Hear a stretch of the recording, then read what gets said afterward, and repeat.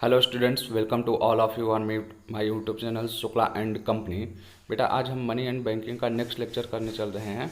अगला लेक्चर हम स्टार्ट करें उससे पहले बहुत सारे बच्चों का पिछले क्लास से रिलेटेड डाउट्स आया था, उस डाउट्स पे हम बात कर लेते हैं। फिर उसके बाद हम आज का अपना लेक्चर कंटिन्यू करते हैं। पहला डाउट्स ये था कि डिमेरिट्स ऑफ मनी जब हम बताए थे तो एक बच्चे ने पूछा सर थर्ड पॉइंट जो है means money creates trade cycle, ये कैसे डिमेरिट्स हो सकता है। तो ट्रेड साइकिल के बारे में जब हम बेटा आपको बताए थे तो हम ये भी बताए थे कि लास्ट टाइम हम आपको बिजनेस साइकिल या ट्रेड साइकिल के बारे में बता चुके थे बिजनेस इन्वायरमेंट में। तो आप ज़रा सा ध्यान से याद करो कि ट्रेड साइकिल में क्या होता है कि मीन्स आपका एक स्टार्टिंग पीरियड होता है, ग्रोथ पीरियड, फिर आप क्या करते हो टॉप पे जाते हो, बूम होते हो, फिर डिप्रेशन आता है आपका, फिर डिक्लाइन होने लगता है एंड फिर रिकवरी होता है। अब ध्यान दो कि एक किस वजह से हो रहा है। हम कह रहे हैं कि आप ये कैसे डिसाइड कर रहे हो कि आप ग्रोथ कर रहे हो, आप कैसे डिसाइड कर रहे हो कि आप टॉप पे हो, फिर आप एक कैसे डिसाइड कर रहे हो कि आप डिक्लाइन हो रहा है। ये सारी चीज़ क्या होता है कि मनी बेस पे होता है। आप ये कर सकते हो कि एक तरीके से जो सामान्य लैंग्वेज हम लोग बोलते हैं कि अक्सर लोग बोलते हैं इस समय मार्केट में बहुत तेज़ी है, दैट्स मीन्स इस समय हमारा बहुत ही अच्छा बिजनेस चल रहा है कि डिमांड अच्छी चल रही है, हमारी सेलिंग अच्छी चल रही है। फिर लोग बोलते हैं मार्केट में बहुत मंदी है, तो मंदी का मतलब कि हमारे जो हम एक्सपेक्टेशन है, जो हम चाहते थे उसके अनुसार हमारा बिजनेस नहीं चल रहा। और उसकी वजह से होता क्या है कि उनकी मोरालिटी डाउन होती है, मीन्स उनका जो एक तरीके से कह सकते हैं कि मानसिक तनाव में आने लगते हैं। तो कहीं ना कहीं मनी का ही तो दोष है कि मीन्स ये मुद्रा का ही तो दोष है आपका कि इसी वजह से ये ट्रेड साइकिल अगर नहीं होता आपका तो क्या ऐसा चीज़ होता इंसान कोई भी बिजनेसमैन मानसिक तनाव में जाता नहीं जाता। तो अब उम्मीद करते हैं आपका ये पॉइंट क्लियर होगा। फिर एक बच्चे ने और क्वेश्चन किया सर कंटीजेंसी फंक्शन में जो फोर्थ पॉइंट है इक्वलाइजिंग ऑफ मार्जिनल यूटिलिटी, ए नहीं समझ में। और उसने ये भी बोला कि सर मेरी बुक में दूसरा पॉइंट दिया है। देखिए बेटा बुक क्या होता है कि पर्सन टू पर्सन डिफर कर जाती है कि कोई अपने अकॉर्डिंग कुछ लिख रहा है, कोई कुछ लिख रहा है। ओवरऑल उसका कॉन्सेप्ट देखो क्या है, तो हम यहाँ पे समझा देते हैं आपको। इक्वलाइजिंग ऑफ मार्जिनल यूटिलिटी का मतलब क्या होता है। देखिए जितने भी उपभोक्ता होते हैं कि यूटिलिटी का मतलब सबसे पहले आप ये समझ लीजिए, यूटिलिटी एक तरीके से सेटिस्फैक्शन की बात कर रही है। मीन्स आप जिस चीज़ का उपयोग कर रहे हो क्या उससे आप संतुष्ट हो रहे हो कि नहीं, संतुष्टि की बात करती है यूटिलिटी का कॉन्सेप्ट ये होता है। फिर मार्जिनल यूटिलिटी का मतलब होता है कि आप जब कोई भी ये प्रोडक्ट यूज़ कर रहे हो उस प्रोडक्ट को कॉन्टिन्यूस यूज़ करने की वजह से जो आप पिछला आपकी उपयोगिता थी, मीन्स जो प्रीवियस आपकी यूटिलिटी थी और आगे जो यूटिलिटी मिल रही उसके बीच की डिफरेंस के बताते हैं।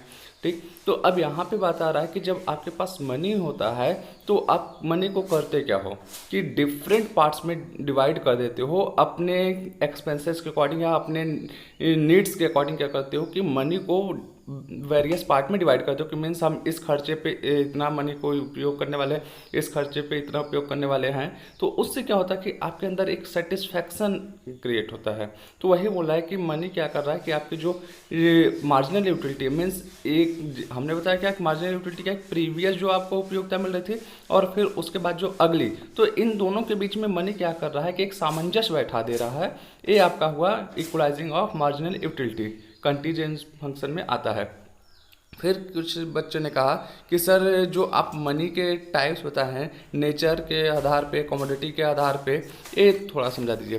तो देखिए नेचर के आधार पे हमने जो मनी को बेटा आपको क्लासीफाई किया था, तो on the basis of nature एक हमने बताया रियल मनी, दूसरा था आपका money of account. Real money को वास्तविक मनी बोलते हैं या इसी को आप बोल सकते हो एक्चुअल मनी। तो देखिए रियल मनी या एक्चुअल मनी जिसको हम वास्तविक मुद्रा बोल रहे हैं, ये आपका क्या होता है कि जो एक्चुअली मार्केट में चल रहा है, मीन्स जिसमें आप क्या कर रहे हो ट्रेडिंग कर रहे हो या हम कह सकते हैं परचेजिंग एंड सेलिंग कर रहे हो। ये डिफर कर सकता है बेटा कि मीन्स जिस चीज़ को आप क्या कर रहे हो कि अपने विनिमय के लिए उपयोग कर रहे हो, परचेज एंड सेल के लिए, वो आपका रियल मनी हो जाता है।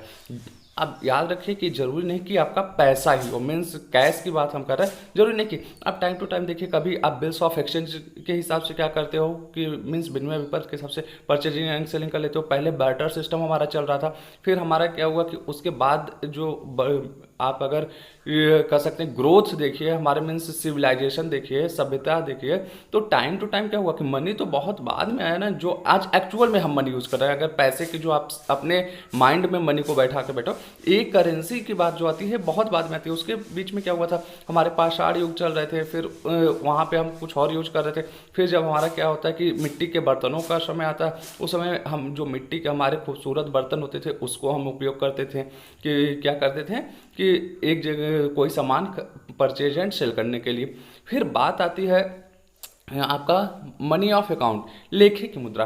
अब जब आप कोई भी चीज़ का अकाउंटिंग करने जा रहे हो, लेखांकन करने जा रहे हो, वहाँ पे आपको उस चीज़ को एक यूनिट में डिसाइड करना पड़ता है। और जब से हमारा मीन्स लेखांकन का आप कह सकते हो कि जो उत्पत्ति हो चुकी है एक तरीके से, वैसे तो इसका अनुमान लगा पाना बड़ा मुश्किल है कि कब से स्टार्टिंग हुआ है लेखांकन। कि एक होता है लेखांकन बेटा, एक होता है डबल एंट्री सिस्टम। आप कंफ्यूज मत होइएगा, अकाउंटिंग हमारा बहुत पहले से चल रहा है, लेकिन डबल एंट्री सिस्टम दोहरा लेखा प्रणाली 1494 से आई थी, तो इसलिए यहाँ पे कंफ्यूजन नहीं क्रिएट करिएगा। तो लेखांकन की जब हम बात कर रहे हैं तो यहाँ पे जिस वैल्यू में, जिस यूनिट में आप अपना बुक्स ऑफ अकाउंट मेंटेन करोगे वो आपका लेखे की मुद्रा कहलाती है। और इंडिया में ये जो होता है रुपए में चलता है, कि ए हमेशा जब भी आप देख सकते हो कोई भी अकाउंटिंग बुक उठाओगे, वहाँ जो लेखांकन के लिए मनी की यूज की गई है वो आपका रुपए में हुआ है। अब हम आपके आते हैं अगले पॉइंट पे, कमोडिटी के बेस पे आपने बोला, मीन्स पदार्थ के आधार पे। तो यहाँ पे पदार्थ के आधार पे हमने आपको बताया था metallic money and token money. Metallic money means धातु मुद्रा, कि जिसकी क्या होती है कि आपकी इंटरनल वैल्यू और एक्सटर्नल वैल्यू को हम बताएं इक्वल होता है। जब भी हम मेटेलिक मनी की बात करते हैं बेटा, इसमें आप सोना चांदी कुछ भी ले सकते हो, जिसका क्या होता है कि मेटेलिक उसको बोला जाता है, और उसके जो आंतरिक मूल्य और बाह्य मूल्य दोनों एक दूसरे के समान होते हैं। फिर टोकन मनी बोलते हैं, जिसको हम कहते हैं सांकेतिक मुद्रा। टोकन मनी का मतलब बेटा कि जो एक्चुअल में कोई मनी है नहीं, लेकिन हम क्या करते हैं कि उसको एज ए मनी इंडिकेट कर देते हैं। इसमें अगेन हम वही बात करेंगे, जैसे चेक हम यूज़ कर रहे हैं, क्या वो एक्चुअल में मनी है? नहीं है, लेकिन हमने क्या किया, उसको एक्सेप्ट किया as a money. Bills of exchange की बात करें तो देखेंगे सब एक दूसरे से कोरिलेट करते हैं। फिर पेपर मनी की भी बात आई थी कि सर पेपर मनी नहीं समझा, तो पेपर मनी के बारे में बेटा तो आज तो की क्लास में हम डिटेल डिस्कशन करने वाले हैं। तो आइए चलते हैं हम आज की क्लास में। उम्मीद करते हैं आपके सारे डाउट्स क्लियर हो गए होंगे। अगर समझ में आया होगा तो कमेंट बॉक्स में आप जरूर बताइएगा बेटा। आज की क्लास स्टार्ट करें उससे पहले आपका आज का क्वेश्चन हम दे देते हैं कि आपको कमेंट बॉक्स में बताना है कि मनी किस शब्द से उत्पत्ति हुई है, मीन्स मनी की किस शब्द से उत्पत्ति हुई है। ठीक, और चलते हैं नेक्स्ट टॉपिक पे। बात है हमारी आज पेपर मनी की, मीन्स पत्र मुद्रा। इसके बारे में हमें बहुत डिटेल में बात करना है। देखते हैं, paper money is the note printed on special type of paper on which issuing officer और सेंट्रल बैंक प्रॉमिस टू पे द वैल्यू देयरिन। कहने का मतलब पेपर मनी आपका क्या होता है कि एक विशेष प्रकार के कागज पे क्या होता है, प्रिंटेड होता है। ठीक, कि उस पर क्या प्रिंट होता है कि जितना भी अमाउंट उस पर आप कर सकते हो, 100, 50, 10, 20 जो भी प्रिंट है वो डिनोट करता है इतने रुपए की नोट है। और उसकी वैधता जो होती है बेटा, कि जो इशूइंग ऑफिसर होता है या सेंट्रल बैंक, अब आपको पता होगा इंडिया का सेंट्रल बैंक जो है आरबीआई है, तो उसके क्या होते हैं, सिग्नेचर होते हैं। फिर आपको दूसरा क्वेश्चन हम दे रहे हैं कि आप ये बताइएगा जो हमारे नोट्स होते हैं तो 1 रुपए के नोट पे किसका सिग्नेचर होता है, एंड 1 रुपए के बाद जितने भी नोट हैं उस पे किसका सिग्नेचर होता है। कमेंट बॉक्स में आप बताएंगे। अगर आप नहीं बता पाएंगे तो हम अगली क्लास में इसको समझा देंगे। अब फीचर्स देखते हैं मनी का। फीचर्स में issued by central bank, means paper money जो होता है आपका सेंट्रल बैंक के द्वारा इशू किया जाता है। अनलिमिटेड टेंडर मनी, कह सकते हो कि आप इसे असीमित ग्राह्य किया जाता है, मीन्स आप इसे मना नहीं कर सकते हो। इसको हम पहले भी बता चुके हैं जब लीगल टेंडर मनी के बारे में बात किए थे। ठीक, नंबर ऑफ करेंसी। अब यहाँ पे नंबर ऑफ करेंसी का मतलब क्या है कि जो हमारे पेपर मनी है एक कई डिफरेंट वेराइटीज में, जैसे आप कह सकते हो कि 1 रुपए की नोट, 5 रुपए की नोट, 10 रुपए की, 20 रुपए, 50, 100, 500, ये तरीके। ठीक, फिर प्रॉमिस टू पे। आप हमेशा बेटा नोट पे कभी भी उठाकर पढ़िएगा तो उस पर चीज़ की मतलब प्रॉमिस की जाती है कि मैं धारक को इस नोट पे अंकित मूल्य देने के लिए बाध्य हूँ। तो उसी से क्या होता है कि आपका उसकी कह सकते हो कि स्वीकार्यता बढ़ती है, एक्सेप्टेबिलिटी बढ़ती है, लोगों के बीच में एक विश्वास जगता है, क्योंकि वो जो सिग्नेचर होता है वो एक वैलिड पर्सन का होता है। कि ठीक, signature sign of issuing officer, जो हम बताएं कि ऑफिसर इसका आपको नाम बताना है कि 1 रुपए के नोट पे किसका साइन होता है एंड बाकी नोटों पे किसका साइन होता है। चलते हैं नेक्स्ट पे, टाइप ऑफ पेपर मनी। अब हम देख लेते हैं कितने हमारे पेपर मनी के प्रकार होते हैं। रिप्रेजेंटेटिव पेपर मनी, प्रतिनिधि मुद्रा जिसको बोलते हैं। This is first stage of paper money. ये देखिए पेपर मनी के आपके बहुत सारे स्टेज हैं, तो मीन्स उसमें हम आज डिटेल में बात कर रहे हैं। लास्ट टाइम भी हम बताए थे इसको, लेकिन उतना डिस्कस नहीं किए थे। तो पेपर मनी का जो पहला था, ये फर्स्ट प्रतिनिधि पत्र मुद्रा, ये पहला स्टेज था। इसमें क्या होता था, 100% gold reserve for this currency, कि मीन्स आप पेपर प्रतिनिधि पत्र मुद्रा को इशू करने के लिए 100% आपको गोल्ड रिजर्व में रखना पड़ता था। एक क्वेश्चन हम लास्ट क्लास के बाद आपको पीडीएफ फाइल में भी पूछे थे, वो कौन सी मतलब मनी है जिसके पीछे 100% रिजर्व रखने की जरूरत होती है, तो रिप्रेजेंटेटिव पेपर मनी है। Government gives guarantee to convert in gold, means government आपको इस चीज़ की भरोसा देता है कि आपका जो भी मनी होगा उसको हम 100% गोल्ड में कन्वर्ट कर देंगे डिमांड पे। The main aim of representative paper money is to check the depreciation of metal. It is recommended by Hilton Young commission in 1925। ये याद रखिएगा, ये किसके द्वारा रिकमेंड किया गया था, हिल्टन कमीशन के द्वारा 1925 में, ठीक। और आपको ये भी हम बताते हैं कि करंट में रिप्रेजेंटेटिव पेपर मनी मार्केट में नहीं चल रहा है। 100% गोल्ड की बात नहीं आ रही है अब कि रिजर्व रखा जा सके, ठीक। आते हैं कन्वर्टेबल पेपर मनी, मीन्स परिवर्तनशील पत्र मुद्रा। Only few percentage metallic reserve are kept, means केवल जो इशू कर रहे हैं आप टोटल मनी, उसका कुछ प्रतिशत ही आप धातु मीन्स सोना या चांदी आपको रखना पड़ता है।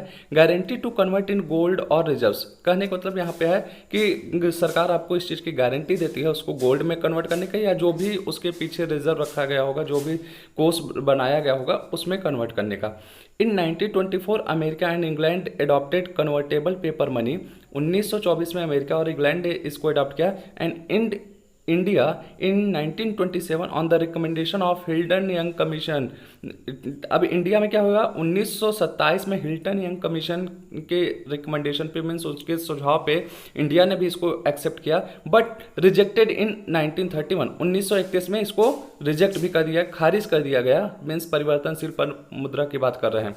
अब चलते हैं next, non convertible paper money, अपरिवर्तनशील पत्र मुद्रा जिसको हम बोलते हैं। On this paper money there is neither any metallic reserve nor government gives the guarantee to convert the paper money। यहाँ पे बात हो रही कि मीन्स इस मुद्रा के पीछे क्या होता है कि न तो गवर्नमेंट कोई रिजर्व रख रही है और न ही कोई ऐसी गारंटी भी दे रही कन्वर्ट करने का, मीन्स कि आपको गोल्ड हम देंगे या जो भी रिजर्व होगा। This is circulated on the credit of government, means एक सरकार की साख पे मार्केट में चलता है। कहने का मतलब कि लोगों का विश्वास होता है सरकार में, उस बेसिस पे हमारे यहाँ जैसे कर सकते हैं, दैट इज 1 रुपीज़ नोट, 1 रुपए की नोट जो होती है। इसीलिए हम आपसे पूछे हैं कि आज आपको बताना है कि 1 रुपए की नोट पे किसका साइन होता है। फिर नेक्स्ट हमारा है फैट मनी जिसको प्रदिष्ट मुद्रा, इसके बारे में हम बताए थे बेटा, this is issued in crisis period only, means ऐसे मुद्रा जो हमारी कह सकते हो कि युद्ध का समय हो या बहुत ही विकट परिस्थिति आ गई हो, सरकार किसी भी चीज़ को डिसाइड कर दे कि हमारी आज की डेट से मनी होने वाली है, तो हमारा फैट मनी बोला जाता है। चलते हैं नेक्स्ट टॉपिक पे, system of issuing currency, means कौन कौन से हमारे यहाँ प्रणालियाँ हैं कि जिसके बेसिस पे हम मुद्रा का निर्गमन करते हैं, उसको जाने, मीन्स सिस्टम को जाने इसके पहले हम principle of issuing currency, note निर्गमन के सिद्धांत को जान लें। बेसिकली हमारे पास 2 सिद्धांत होते हैं, 2 प्रिंसिपल्स हैं इशूइंग ऑफ नोट्स। तो देखते हैं कौन कौन से। पहला है करेंसी प्रिंसिपल, चलन सिद्धांत जिसको बोला जाता है। It requires 100% metallic reserves, means currency principle के अकॉर्डिंग क्या होता है कि आप 100% मेटेलिक करने का मतलब गोल्ड या सिल्वर 100% एज ए रिजर्व रखना पड़ेगा आपको। अब बात करते हैं इसके बेनिफिट क्या होते हैं, कि अगर हम बोलें सुपर प्रोटेक्शन, मीन्स आप कह सकते हो कि एक अलग तरीके का आपको प्रोटेक्शन आप फील कर सकते हो कि उसमें विश्वास की बात करें हम तो बहुत ज़्यादा आपको यहाँ पे, क्योंकि 100% आपका गोल्ड मिल सकता है या सिल्वर मिल सकता है, जो भी मेटेलिक रहेगा। पब्लिक ट्रस्ट, लोगों का विश्वास बहुत ज़्यादा होगा क्योंकि सोने चांदी आपको पूरा का पूरा मिलेगा उस मुद्रा के बेस पे।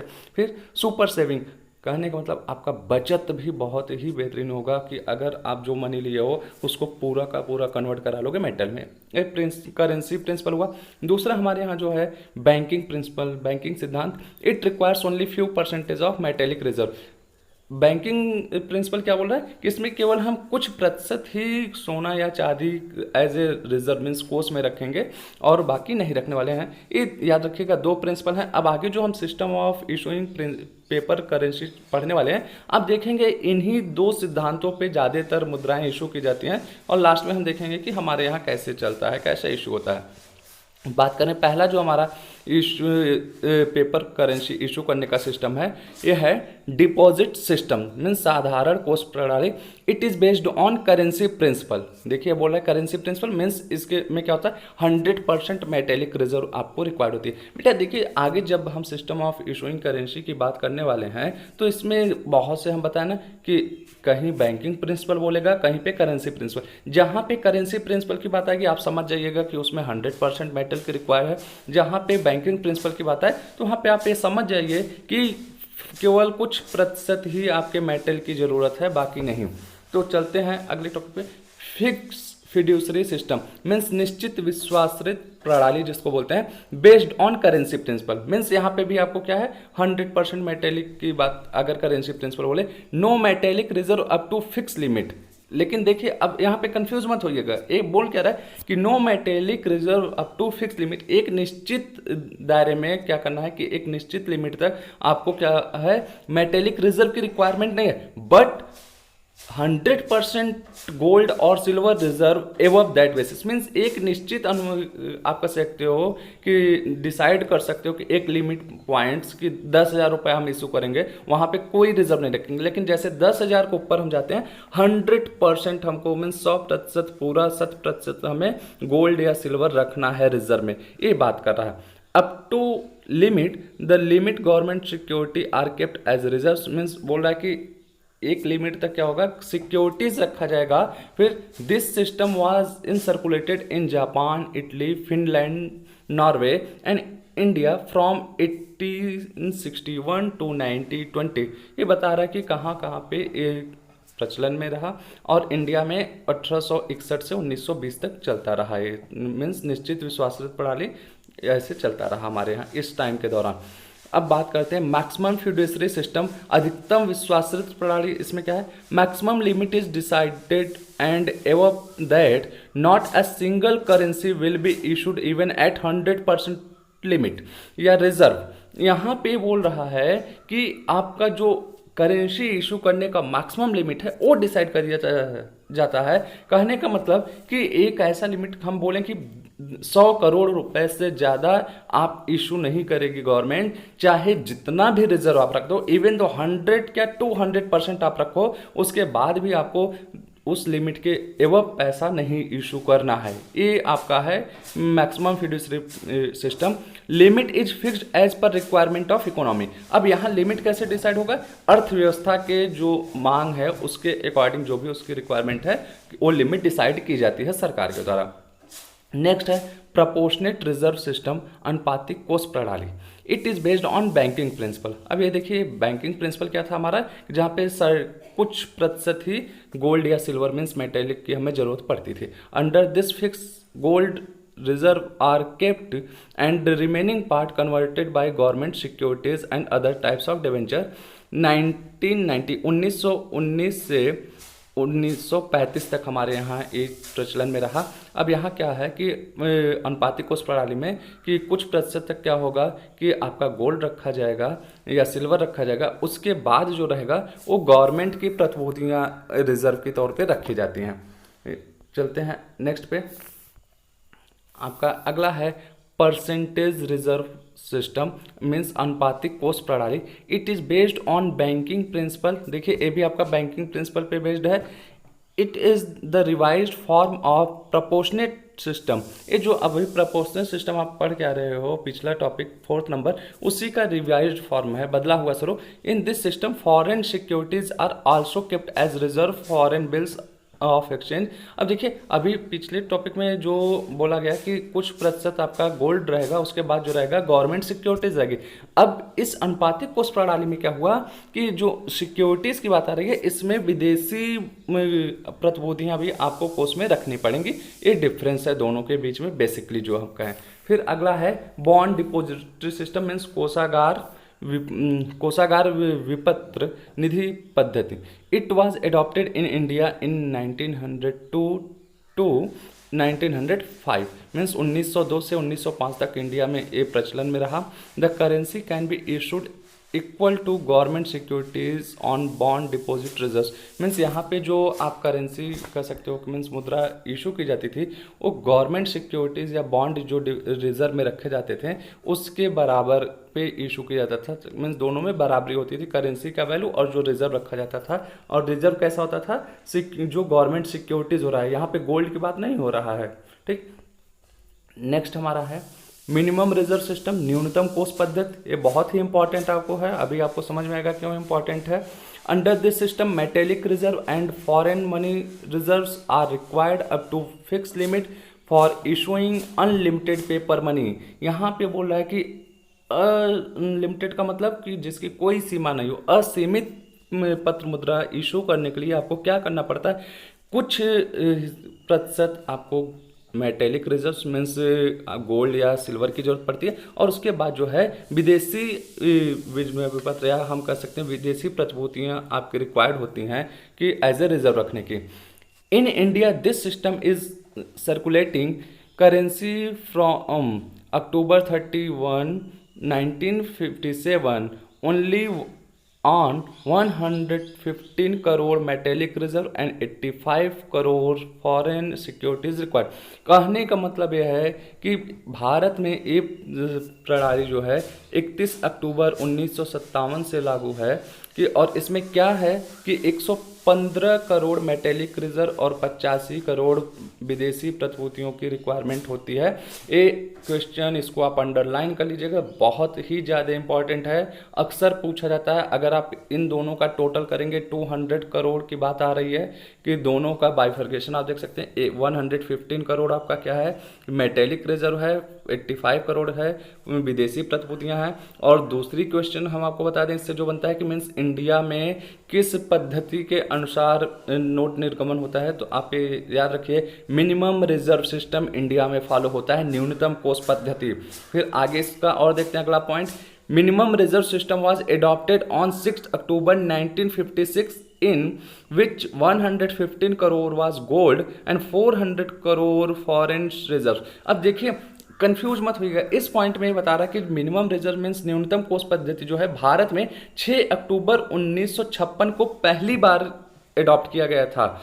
उस समय क्या था, 115 करोड़ जो था वो गोल्ड की बात थी और 400 करोड़ फॉरेन रिजर्व्स की बात हो रही थी। मीन्स 115 करोड़ का गोल्ड और 400 करोड़ रुपए का फॉरेन सिक्योरिटीज की बात चल रही थी, या ठीक है फॉरेन आप कह सकते हो विदेशी कोष की बात हो रही थी। लेकिन जो करंट में 115 एंड 85 करोड़ की बात चल रही है, ये 31 अक्टूबर 1957 से लागू हुआ है। दोनों पॉइंट के बीच का एक डिफरेंस है। ठीक, अब अगले पॉइंट पे चलते हैं। हमारा नोट निर्गमन के जो पद्धतियां थी बेटा कि ये खत्म। अगला हमारा पॉइंट है ग्रेसम्स लॉ, बहुत ही ज़्यादा इंपॉर्टेंट है, इसको भी हम बोलेंगे, अक्सर इससे क्वेश्चन पूछ लिया जाता है। अब देखते हैं ये क्या है। ग्रेसम लॉ का थोड़ा सा हम हिस्ट्री आपको बता देते हैं। इनका पूरा नाम जो है सर थॉमस ग्रेशम है, आप इसको नोट कर सकते हैं। ये इन्होंने एक बहुत ही कह सकते हैं इम्पॉर्टेंट एक चीज़ बताया कि जो हमारा ह्यूमन बींग्स के नेचर पे ही डिपेंड करता है। और अभी आप पढ़ेंगे तो समझ में आएगा कि इन्होंने क्या बताया कि देखिए इन्होंने बोला if there are 2 types of money in circulation in any country in which one is gold and other is bad, sorry one is good and other is of bad quality, then bad money derives out good money out of market या out of circulation। कहने का मतलब इन्होंने ये बोला कि अगर किसी भी देश के अर्थव्यवस्था में 2 प्रकार की मुद्राएं प्रचलन में हैं, एक क्या है अच्छी मुद्रा है, दूसरी क्या है बुरी मुद्रा है। तो अच्छी मुद्रा को क्या करती है, जो बुरी मुद्रा होती है अच्छी मुद्रा को मार्केट से मीन्स सर्कुलेशन से प्रचलन से बाहर कर देती है। अब अजीब सा लग रहा होगा, सीधे सीधे शब्दों में आप ये समझिए कि जो आपकी बुरी मुद्रा है वो अच्छी मुद्रा को मार्केट से बाहर कर देती है। या हम आपको ही बोलें कि अभी आपके पास हम दो तरीके की नोट दें कि एक नोट एकदम न्यू हो कि जो करेंसी कर सकते हैं कि इशू की गई हो, एकदम नई नई हो, दूसरी नोट क्या हो थोड़ी पुरानी हो, हल्का फुल्का फटी हो। तो आप कर रहे हैं क्या वाले हैं, जब दुकान पे जाएंगे तो सबसे पहले जो नोट फटी होगी उसको क्या करेंगे, दुकानदार को देंगे, अच्छी वाली को रख लेंगे। अब देखिए वो जो फटी नोट थी क्या कर रही है, एक तरीके से कि जो अच्छी नोट थी उसको मार्केट से निकाल दे रही है। अगर यही चीज़ हर कोई करने लगे तो एक टाइम क्या आएगा कि मार्केट में केवल कटी फटी नोट रह जाएंगी, बाकी जो अच्छी नोट रहेंगी वो सब अपने पॉकेट में रखे रहेंगे। तो ये क्या हुआ था कि इंग्लैंड की महारानी थी, उनके टाइम में ऐसे ही हुआ था। तो उस टाइम मेटेलिक मनी चलती थी, तो उन्होंने क्या किया कि देखिए कि वो बार बार क्या कर रही हैं कि मनी इशू करा रही हैं, लेकिन होता क्या था कि मार्केट में जो मनी रहती थी बैड क्वालिटी की रह जाती थी, जो अच्छी क्वालिटी वाली मनी रहती थी वो मार्केट में रहती नहीं थी। तो उन्होंने फिर अपने कह सकते हैं कि जो वित्तीय सलाहकार थे सर थॉमस ग्रेशम, इनको बोला कि आप इस पर रिसर्च करके बताइए कि ऐसा क्यों हो रहा है। तो इन्होंने जो अपना कॉन्सेप्ट दिया है यही कि उन्होंने देखा लोगों ने क्या करना शुरू कर दिया, जो हम बुरी मुद्राएं हैं उन्हीं को क्या कर रहे हैं पेमेंट के लिए यूज़ कर रहे हैं या किसी और चीज़ के लिए, जो अच्छी क्वालिटी की मुद्रा है उसे लोग अपने पॉकेट में रख ले रहे हैं। ये बात है। अब बात आती है स्कोप, मीन्स एक कैसी परिस्थितियों में लागू हो सकता है सर थॉमस ग्रेशम लॉ जो है या ग्रेशम्स लॉ जिसको बोला जाता है, एक किन परिस्थितियों में लागू होता है। पहला आपका है मोनोमेटेलिक। मोनोमेटेलिक का मतलब क्या है कि जहाँ पे ओल्ड और न्यू मेटेलिक कॉइन हो। कहने का मतलब जहाँ हम अगर सोने के सिक्के की बात करें तो एक सोने का सिक्का क्या होना चाहिए कि पुराना होना चाहिए, दूसरा नया। तो पुराना वाला मार्केट में रहेगा, नया वाला क्या होगा बाहर हो जाएगा। दूसरा बाई मेटेलिक कॉइन, कि अगर बाई मेटेलिक मीन्स गोल्ड और सिल्वर। अब गोल्ड और सिल्वर में अगर आप कंपेरिजन करेंगे बेटा तो गोल्ड को ज़्यादा इंपॉर्टेंस मिलती है, सिल्वर को कम। तो सिल्वर मार्केट में रहेगा, गोल्ड मार्केट से बाहर हो जाएगा, लोग रखने लगेंगे। फिर metallic and paper money means धातु मुद्रा और पत्र मुद्रा की बात करें, जैसे गोल्ड और कागजी मुद्रा जो हमारी चल रही है, तो ऐसे में क्या होगा कि पेपर मनी मार्केट में रह जाएगा और मेटेलिक मनी जो हमारी है वो बाहर हो जाएगी। ठीक। फिर अगला आपका फोर्थ पॉइंट है पेपर मनी। केवल अगर हम पेपर मनी की बात करें जो वर्तमान में चल रही है तो उसमें क्या होना चाहिए, old and new paper money होना चाहिए। मीन्स एक पुरानी नोट होनी चाहिए, एक नई नोट होनी चाहिए। तो पुरानी वाली नोट क्या करेगी, नई नोट को मार्केट से बाहर कर देगी। ये आज का हमारा टॉपिक रहा बेटा। उम्मीद करते हैं आप सबको समझ में आया होगा। अगर कोई भी कंफ्यूजन होगा तो आप कमेंट बॉक्स में या व्हाट्सएप ग्रुप में पूछ सकते हैं। आज की क्लास आपको कैसी लगी ये भी कमेंट बॉक्स में कमेंट करके बताइएगा। अगर आपके कोई फ्रेंड हैं जो तैयारी कर रहे हैं BHU एंट्रेंस की, मीन्स BCom या MCom की, तो आप उनको प्लीज़ सजेस्ट करिए, जल्द से जल्द ज्वाइन करिए। बहुत से बच्चे लेट ज्वाइन कर रहे हैं तो उनका कोर्स बहुत पीछे हो जा रहा है, तो ऐसी गलती आप लोग ना करिए। चलिए मिलते हैं नेक्स्ट लेक्चर में, तब तक के लिए गुड लक, थैंक यू।